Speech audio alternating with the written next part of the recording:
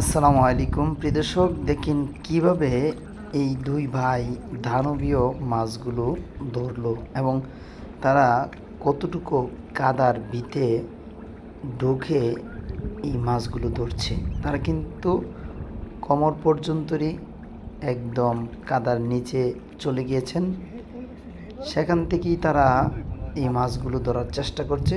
তবে এটি কিন্তু বিলের একটি স্থান, অর্থাৎ বিলে যে মাছগুলো থাকে, যারা বিল থেকে মাছ ধরে তারা কিন্তু এভাবেই ধরে বা এভাবে ধরতে হয়। এটা একটি বিলে কিন্তু তারা যে একটি মাছের গর্ত ছিল সেটি কিন্তু তারা এই মেশিন দিয়ে পানি হিচে তারপরে কিন্তু মাছগুলো এই পিছনে একটা মাছ। তো প্রিয় দর্শক, এই আঙ্গুল আপনারা দেখবেন যে কিভাবে ওনারা এখান থেকে খুঁজে খুঁজে মাটির নিচ থেকে শিং মাছ বার করে। এই যে প্রিয় দর্শক দেখেন, তারা এই যে একটা মাছ কত বড় বড় শিং মাছ মাটির নিচ থেকে বার করবে। এই যে সামনে একটি শিং মাছ ছিল, এটি কিন্তু ধরার চেষ্টা করছে। উপরে ভাষায় সেই মাছটি ধরতে পারে না, এখনো চেষ্টা করছেন। তো প্রিয় দর্শক, আমরা আসলে দেশি মাছের দাম দেখি বাজারে প্রচুর।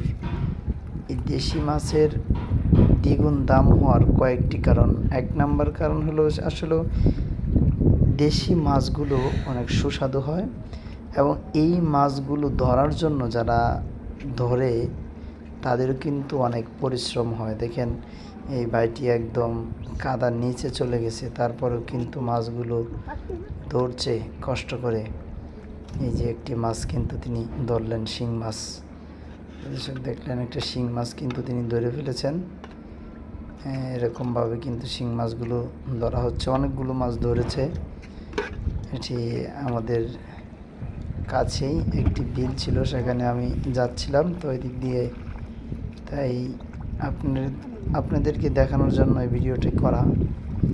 দেখেন, আমি সব থেকে অবাক হলাম যে এত কাদার নিচে তারা মাছ ধরছে, অর্থাৎ মাছ ধরাটা আসলে অনেকটাই কঠিন, এত সহজ না। আমরা যারা বাজার থেকে মাছ ক্রয় করি হয়তো আমাদের মনে হয় যে দেশি মাছের এত দাম কেন,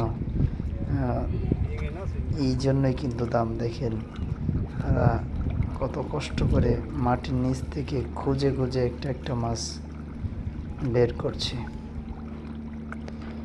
এবং এই মাছগুলো কিন্তু তারা বাজারে বিক্রি করবে এবং চড়া মূল্যে তারা কিন্তু বিক্রি করবে, কারণ এই মাছগুলো ধরতে তাদের অনেক পরিশ্রম হয়েছে। এই যে ভাই আর একটা মাছ হয়তো পায়ে লেগেছে, মাটি খুঁড়ছে।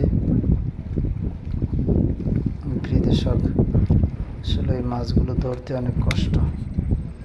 তো আপনারাও অনেকেই বিলে মাছ ধরেন, যারা বিলে মাছ ধরেন সাবধানে ধরবেন। এভাবে কাদার নিচে অনেকেই আছে, একদম মাটির নরম হওয়ার কারণে মানুষে অনেকটাই গলা পর্যন্ত কেউ গেড়ে যায়। জন্য অনেক সাবধানে মাছ ধরবেন। এবং এই মাটির নিচে থাকতে পারে কাঁচ, লোহা, বিভিন্ন জিনিস, যেটি একটি পায়ের জন্য অনেক রিস্ক, ঝুঁকি, কারণ এটার নিচে অনেক কিছু থাকতে পারে। এটি পায়ের নিচে পড়লে পা কেটে যেতে পারে। তবু কিন্তু তারা রিস্ক থাকার সত্ত্বেও তারা মাছগুলো ধরার চেষ্টা করছে এবং ধরছেন। এই যে আরেকটি মাছ এখানে ছিল, ধরতে পারে নাই। তো প্রিয় দর্শক, সকলে ভালো থাকবেন। আসসালামু আলাইকুম।